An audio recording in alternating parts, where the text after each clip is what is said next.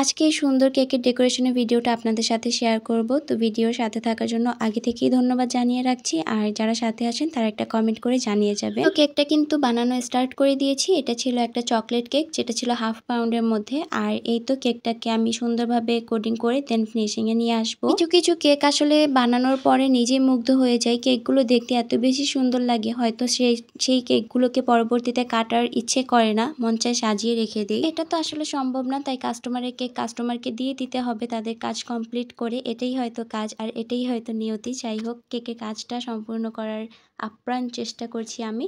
সম্পূর্ণ কেকটা পার্পল কালারের হবে, সেই কারণে প্রথমে হোয়াইট বেস করে নিয়েছি এবং তারপরে পার্পল কালার দিয়ে পুরোটাকে কভার করে দিচ্ছি। আসলে এই কেকটা সুন্দর লাগার মূল কারণটাই হচ্ছে এটার কালারটা, কম্বিনেশনটা অনেক সুন্দর হয়েছে। আর এই হালকা পার্পল কালারটা এত সুন্দর লাগে। একটা ব্যাপার খেয়াল করে দেখবেন, সবসময় ক্যাটক্যাটা কালারগুলো থেকে যদি আই সুদিং কালারগুলো নিয়ে থাকেন, like sky colour, purple deep না, যেটা হালকা থাকে, যে ঠিক যেটা ভিডিওতে দেখাচ্ছি, এরকম হালকা পার্পল কালার বা হালকা অফ হোয়াইট কালার বা পিঙ্ক কালার বা হালকা ইয়েলো কালার, এই কালারগুলো কিন্তু আসলে কিন্তু যদি আপনারা সুন্দরভাবে করতে পারেন একদম একদম হালকাভাবে, তাহলে কিন্তু দেখতে বেশ ভালো লাগে। আর এই কালারগুলোর টেস্টটাও কিন্তু নষ্ট হয় না ক্রিমের। সো এগুলোতে কাস্টমাররা যদি নিয়ে থাকে তাহলে কিন্তু তারাও স্যাটিসফাইড হয়ে যায়। অনেক সময় কাস্টমারের ডিমান্ড থাকে ডার্ক কালারের, আর ডার্ক কালার করতে গেলে সেটা হাতে বা মুখে লেগে যেতে পারে, এটাই স্বাভাবিক।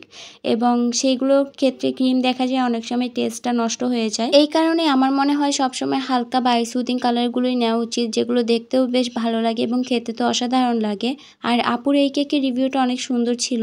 আপু 2টা কেক একসাথে অর্ডার করে এবং তার মধ্যে আপু বলে যে পার্পল কালার কেকটা বেশি মজা ছিল। কিন্তু আমি 2টা কেকই একসাথে বেক করেছি এবং ডেকোরেশনটাও একই সাথে করেছি।